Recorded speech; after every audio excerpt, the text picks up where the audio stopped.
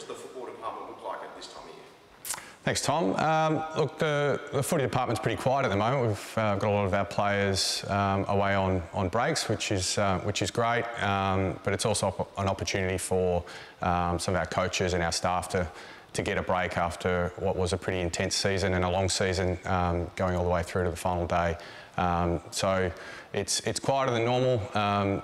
People getting breaks and enjoying some time away, but it's also a really important time to do some planning and preparation for the season ahead. So we're starting that work now and working out what pre-season looks like for our players and what next season's training program will look like as players approach their return to pre-season training in a couple of weeks.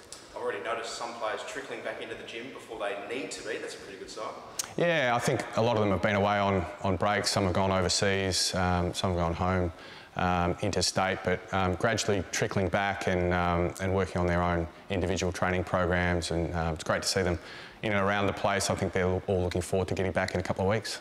You mentioned getting back in a couple of weeks. What's the rigid plan for them? When do 1 to 4 year players come back officially, and then the more senior ones? Yeah, our younger players will be back in training on the 28th of November. They'll have a 3-week training block before they break for Christmas. Our more senior players will be back on the 5th of December, and they'll do a 2-week training block before the whole team breaks for Christmas. What about the Christmas break? What do you give individual players?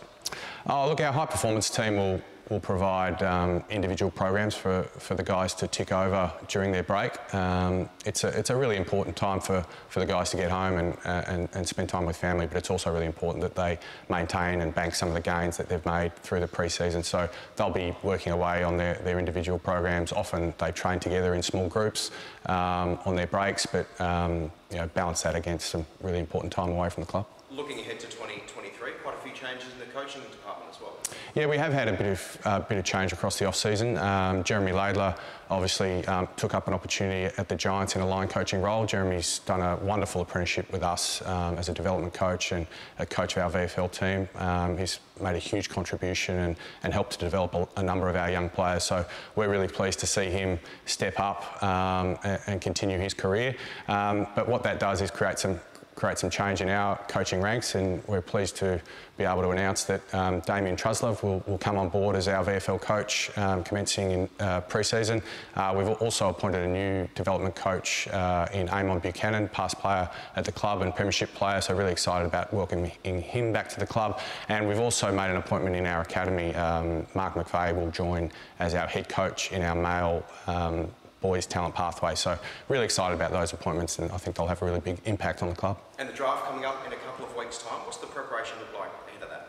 Yeah, I suppose one area of our footy department that doesn't break this time of year is our recruiting team, led by Kinnear Beats and Simon Dalrymple and Chris Keane.